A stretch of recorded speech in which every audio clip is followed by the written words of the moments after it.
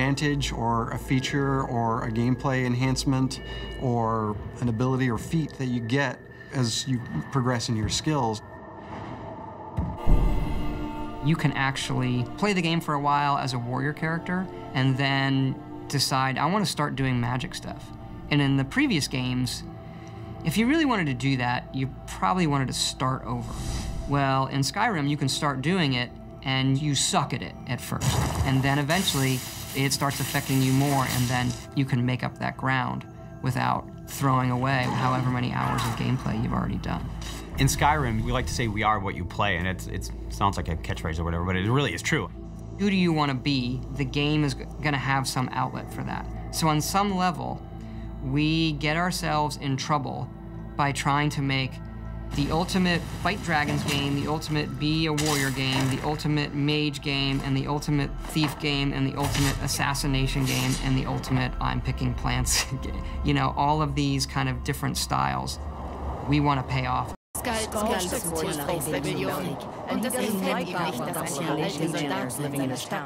Be responsive to things the player does. When you do something in the game, we want the game to recognize it and respond appropriately to you.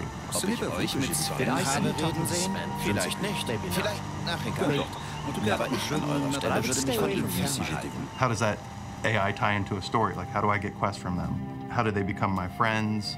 What will they do for me? What can I do for them? That kind of stuff. Sometimes it's as simple as having a guard in a city comment on the things that you've done. Hands off that, Multi. Not a patient man. The game has now responded to something you've done in a way that makes sense and feels like the natural world. You have no idea how much data is in this game. Here are some staggering numbers. There are 31 quests in Fallout 3. In Skyrim, there's 244 of these. Things like collecting dog tags, delivering books, things that we do as objectives right now. And a lot of these repeat because they're radiant. The game is insanely big. Every Elder Scrolls game has its main quest, and the main quest in Skyrim is unraveling the mystery of the Dragonborn, and so that is definitely your heroic path.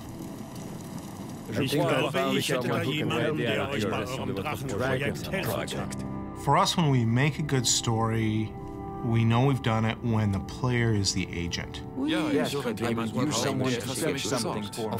Well, when I say fetch, I really mean delve into the dangerous in search of a stone tablet. If we pose an interesting problem, and then we let the player solve it in whatever way he deems fit, that's going to make the cool, interesting story.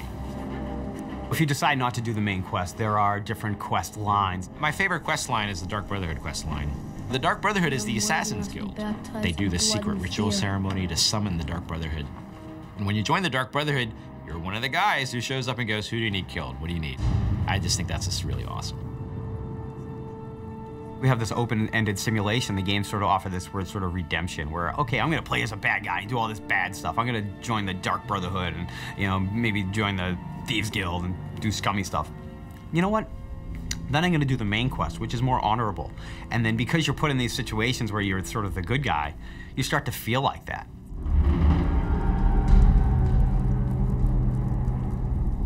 The big transition in our studio from Oblivion to Skyrim is we never actually had dedicated level designers in Oblivion. We had them on Fallout, and now we have them in Skyrim. And what that means is that when you go into a cave, it's not just art and stuff. Get me down!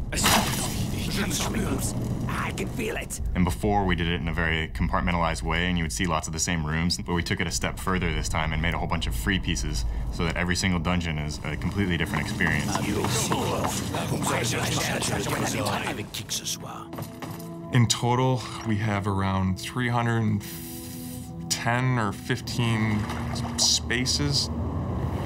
That includes dungeons, large dungeons, small dungeons, exterior play spaces. Our sort of ideal now is that we want every dungeon in a game like ours to be as good as a fully scripted level, something in like a highly authored game. Every dungeon is going to tell some sort of story, whether visually or through notes or books or the loot. You might actually get like literally a quest. It's put in your journal. In some cases, it's more of a free form you know, you follow clues or you just learn the story of the dungeon by playing through it. The implied stories to me are the ones that are some of the most interesting because there's not a word of dialogue spoken. There's just the environment speaking to you.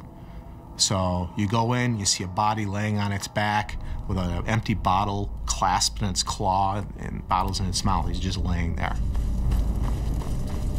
We really want to have this memorable moment. We want to have the players who played the dungeon or the level to come back being like, that was an awesome experience. When I came into that last room and I saw the sky shining down from above and this cool little set piece with the streams going through and then the boss comes out, that was really cool. So that was the one thing I always ask the LDs after they're finished past 1 or past 2 of a dungeon. Like, so, you know, what's your memorable moment? Every time you play, you're gonna find something neat or something different's gonna happen. Games are such a unique storytelling device is that you have this really opportunity to tell a story through action, through gameplay.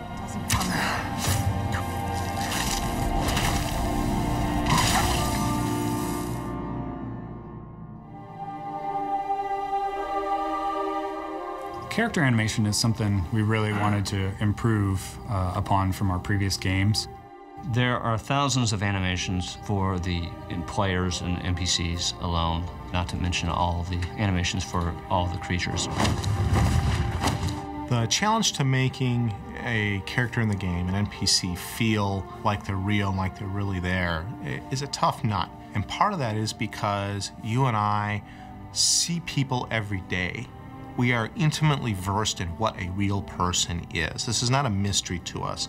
I have no idea what an undead guy is like. So what I need to do to make him feel convincing pales in comparison to what I need to make a person feel convincing. I have a good feeling about you, and I don't always get feelings about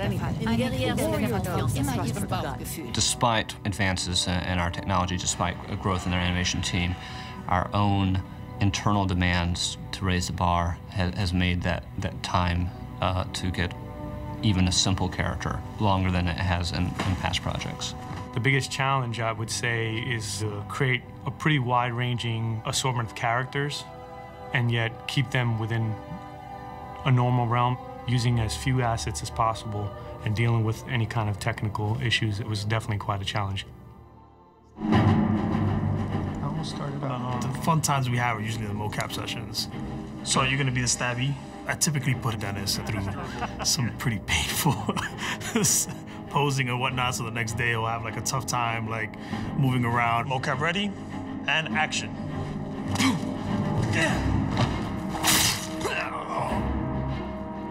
One of the things that we do a lot is kind of leave like messages and pranks on each other. Rick, you killed me yesterday, you know, that mocap session was too much.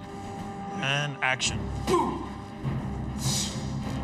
And even though motion capture might be a foundation, there's a lot of hand editing of that motion capture data to make it work within the gameplay context. An attack might be sped up, it might be radically altered to make it work for our needs.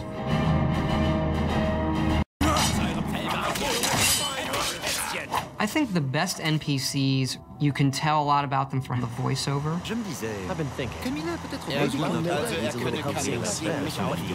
That little bit of writing and how they say hello is, I think, like one of the hardest things to do.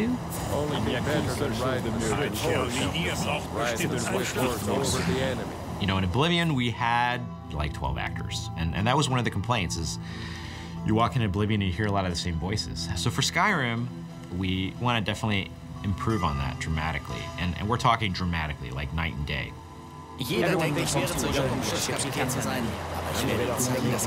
And this game, we have 70+ actors doing over 110 roles. A lot more than we've ever had. You know, it was for about 4 to 5 weeks, 3 voice studios working simultaneously. Let's see if we can get people trying a quote-unquote Nordic accent. You've come all the way to Skyrim. You're at the tip of the continent here. The guys are big and burly and have beards. The women are big and burly and have beards. And everyone's handy with an axe. And it's a fine line of what sounds good and what sounds like ridiculous. And so we spent a lot of time casting. We have some great actors. This will be 9 again on our take 9. It's a good thing. Some of the more specific names we have on here: Max von Sydow, Joan Allen, Linda Carter, Christopher Plummer, who I've wanted to put in a game forever. You know the ancient Nord word for war? Season unending. And so it has proved. They were perfect for the part to begin with, and I think everybody had a really good time. I can make them. Thank you, sir. And now 22, we're moving on to a different lesson. They bring a resonance to their roles when they talk that you can write like the cheesiest line, and wow, that sounds great coming out of his mouth. Begone, before even my philosophy has tested me on the breaking point. We are men of peace, and you are not.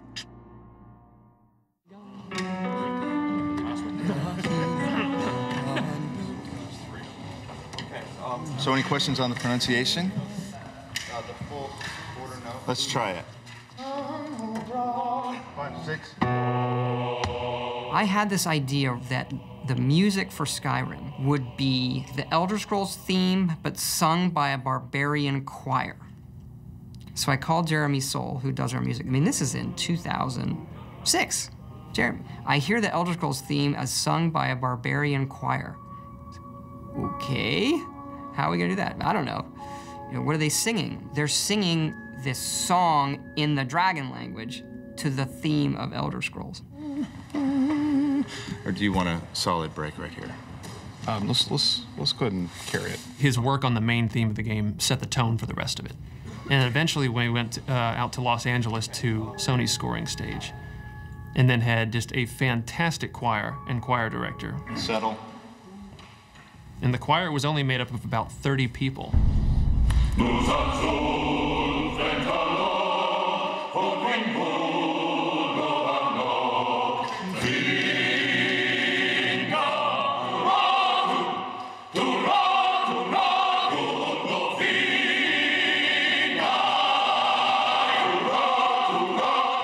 Director would kind of whip them up into more of a frenzy, emphasizing this Nordic feel the whole time. So they're dun dun dun dun dun dun dun dun. You know, you really pound on every downbeat. And what they would do is just do 3 passes on each verse of the song. Now you've got the sound of 90 people singing this thing in this massive hall. You take a break from it, and you come back, you still get the hairs raising on your neck every time they come to the big chorus.